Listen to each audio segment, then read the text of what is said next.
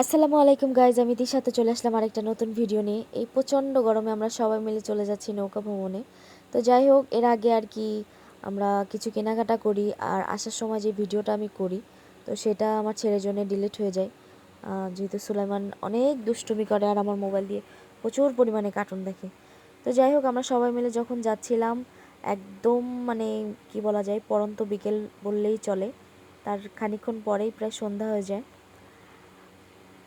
আমরা সবাই মিলে এত মজা করতেছিলাম তা বলার বাইরে। প্রচুর পরিমাণে গল্প হয়েছে ওই দিন।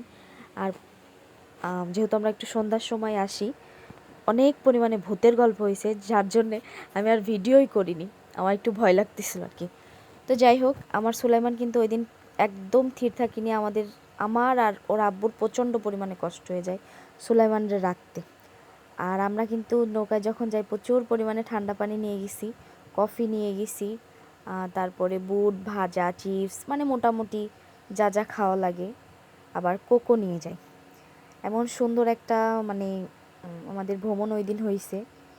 আর যদি থাকে এত সুন্দর সুন্দর খাবার আর এত সুন্দর গল্প করার মানুষ, তা মানে ঘোরাটা একদম কি বলবো, বলার বাইরে, এতটা মজা হয়েছে আর কি। তো যাই হোক, আমরা শুধু একা না, নদীতে প্রায় মানুষই আর কি নৌকা ভবনে গেছে তাদের পরিবার নিয়ে। আর বাইরে থেকে যারা আসছে তারাও প্রায় অনেক মানুষই, প্রায় 2-3টা নৌকায় ওই দিন প্রায় সবাই আর কি ঘুরছে নদীতে। তো যাই হোক, আমরা প্রায় সন্ধ্যার আগ মুহূর্তে কফিটা খাই আর প্রচুর পরিমাণে গল্প করি। আর সুলাইমানের দুষ্টামি তো সাথে আসেই। আমি একটা কথা বলি, আপনারা যে যেখান থেকে ভিডিওটা দেখতেছেন অবশ্যই আমার চ্যানেলটাকে ফলো করবেন। ফেসবুক থেকে দেখলে আর ইউটিউব থেকে দেখলে অবশ্যই সাবস্ক্রাইব করবেন। আর এই নদীতে যদি থাকে ঠান্ডা ঠান্ডা বাতাস, প্রচুর পরিমাণে বাতাস হচ্ছিল। আমরা সবাই প্রায় অনেকটা সময় দাঁড়াই, আবার বসি, আবার ভয় লাগতেছিল যেহেতু আমার পানিতে প্রচণ্ড পরিমাণের ভয়। আর ওই দিন একদম মানে কানায় কানায় পানি ছিল বললে চলে। তো খানিকক্ষণ পরেই প্রায় সন্ধ্যা হয়ে যায়। আর নদীতে একটু লাইট ছিল, ওই পাশে ইন্ডিয়ার কিন্তু দেখাই যাচ্ছে।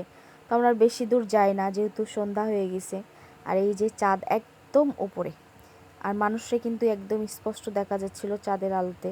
চাঁদের আলোয় আমরা প্রচুর পরিমাণে গল্প করি আর আস্তে আস্তে বাসায় চলে আসি।